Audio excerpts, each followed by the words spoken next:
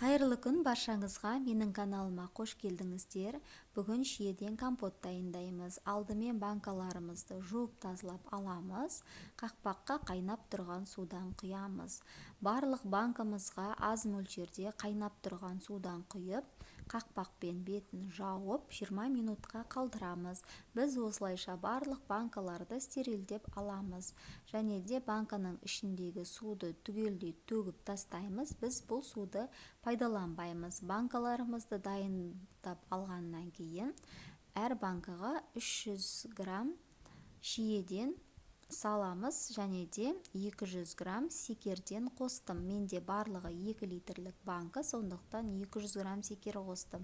Егер де сізде 3 литрлік банка болатын болса, онда 300 грамм секерден қосасыздар. Барлығын дайындап алған кезде менде суым сақырлап қайнап дайын тұрды.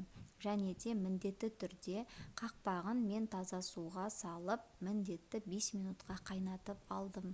Осылай біртіндеп банкілерімді алып, қайнап тұрған судан толтырып құйып, қайнап тұрған қақпақтан біреуін бетіне жауып, менде осындай арнайы закрывашка бар. Осы спиральдің бойымен соңына дейін айналдырамын. Содан кейін кері қарай айналдырған кезде менде қақпақтар толықтай дұрыс жабылады. Және де банканың ішіндегі секері толықтай ерігенге дейін әрлі-берлі қозғаймыз.